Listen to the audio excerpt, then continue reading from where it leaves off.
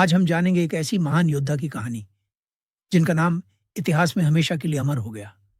ये कहानी है झांसी की रानी लक्ष्मीबाई की, जो 1957 की क्रांति की सबसे बहादुर सेनानियों में से एक थी। उनकी वीरता, बलिदान और संघर्ष ने अंग्रेजों के खिलाफ आज़ादी की लड़ाई को एक नई दिशा दी। बात साल 1835 की है, जब वाराणसी के एक मराठी परिवार में एक बच्ची का जन्म हुआ।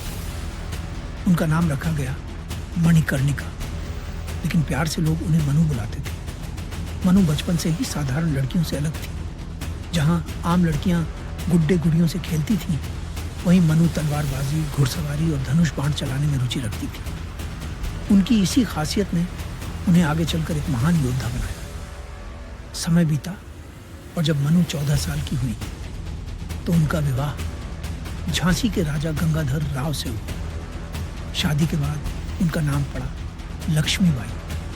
वे अब झांसी की रानी बन चुकी थी, लेकिन नियति को कुछ और ही मंजूर था। शादी के कुछ ही सालों बाद उनके पति की मृत्यु हो गई और अंग्रेजों ने मौके का फायदा उठाकर झांसी को हड़पने की योजना बना ली। British governor general Lord Dalhousie ने अपनी डॉक्ट्रिन ऑफ लैप्स नीति के तहत यह ऐलान कर दिया कि झांसी अब ब्रिटिश साम्राज्य का हिस्सा होगी। लेकिन लक्ष्मीबाई ने इस आदेश को ठुकरा दिया और पूरे आत्मविश्वास के साथ कहा, मैं अपनी झांसी नहीं दूंगी। अब झांसी पर संकट के बादल मंडरा रहे थे, लेकिन लक्ष्मीबाई हार मानने वालों में से नहीं थी। उन्होंने झांसी की रक्षा के लिए खुद सेना तैयार की। इस सेना में महिलाएं भी शामिल थीं, जिन्होंने तलवारबाजी, तीरंदाजी और युद्ध कौशल में महारत हासिल कर ली। रानी लक्ष्मीबाई खुद अपने सैनिकों को युद्ध की रणनीतियां सिखाने लगी। उनका एक ही लक्ष्य था, झांसी की रक्षा। 1857 का साल आते आते देश के कई हिस्सों में अंग्रेजों के खिलाफ बगावत शुरू हो चुकी थी। झांसी भी इस क्रांति का केंद्र बन गई।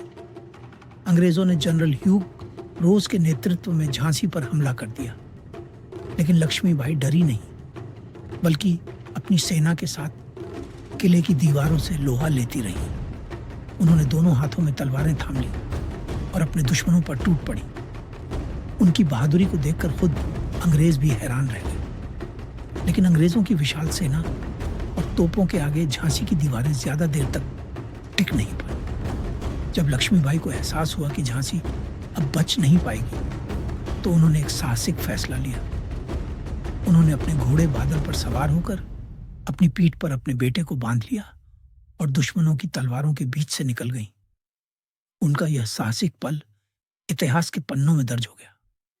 झांसी छोड़ने के बाद वे कालपी और फिर ग्वालियर पहुंची, जहां उन्होंने अंतिम युद्ध लड़ा।